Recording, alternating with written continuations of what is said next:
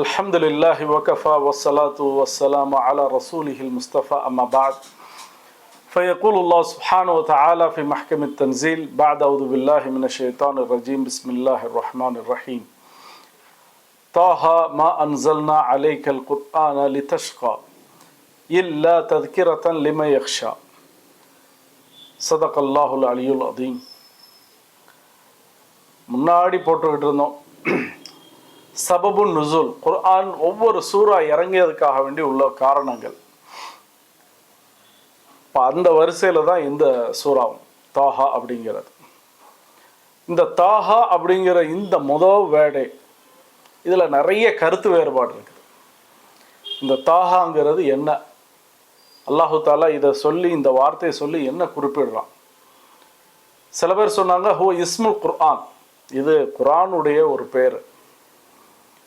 சில பேர் சொன்னா இஸ்மு சூரா, இந்த சூறாவுக்குன்னு ஒரு பேர் அப்படின்னா, அதனால இந்த சூறாவுக்கு பேர் சூரத்து தாஹா அப்படின்னே சொல்லுவாங்க.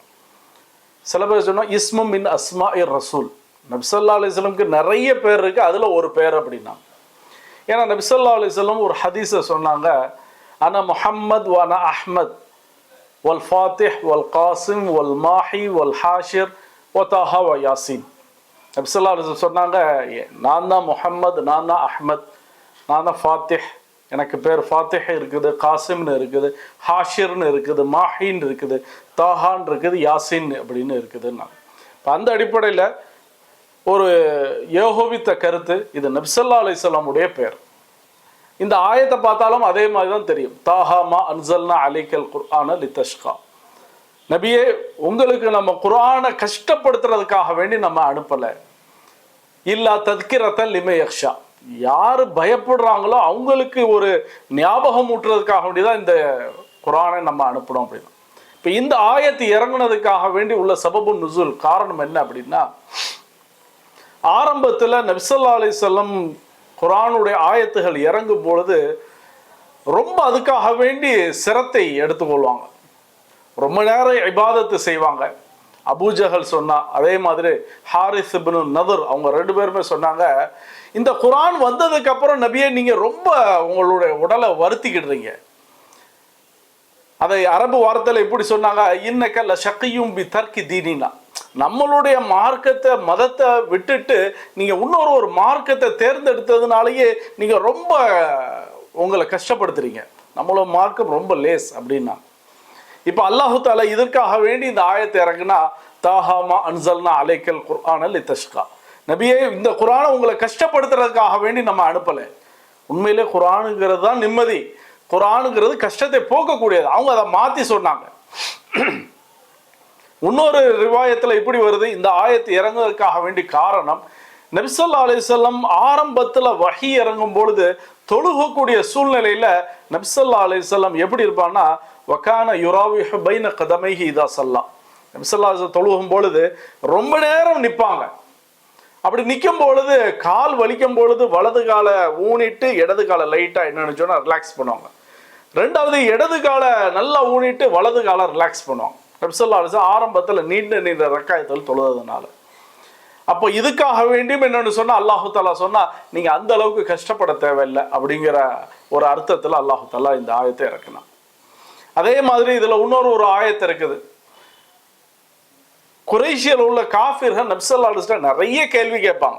அப்படி ஒரு கேள்வி ஒருத்தர் வந்து கேட்டாங்க, கைஃப யஃஅலு ரப்புக பில் ஜிபால் யௌமல் கியாமா, நபியே நாளைக்கு கியாமத்துனால இவ்வளோ பெரிய பெரிய மலைகள் இருக்குதே, பிரம்மாண்ட மலைகள், இந்த மலை அல்லாஹு தாலா கியாமத்து நாள்ல என்ன செய்வான்?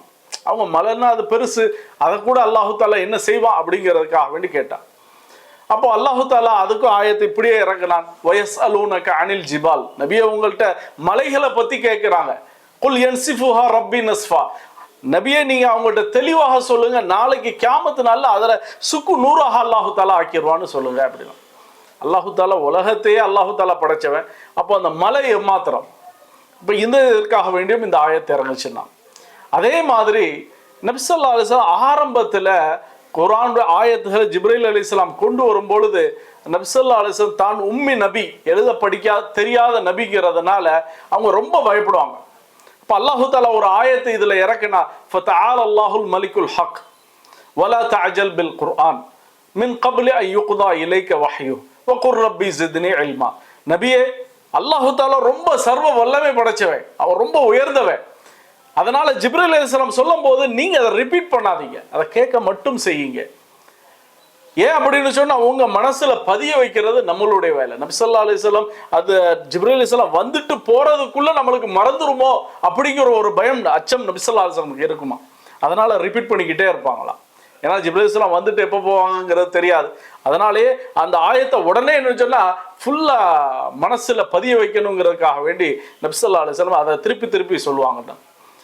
குர்ஆன்ல இன்னொரு இடத்துல ஒரு ஆயத்துல இப்படி இருக்குது இல்ல, அதாவது நீங்க என்னன்னு சொன்னா உங்களுடைய நாவால நீங்க இதை சொல்லாதீங்க.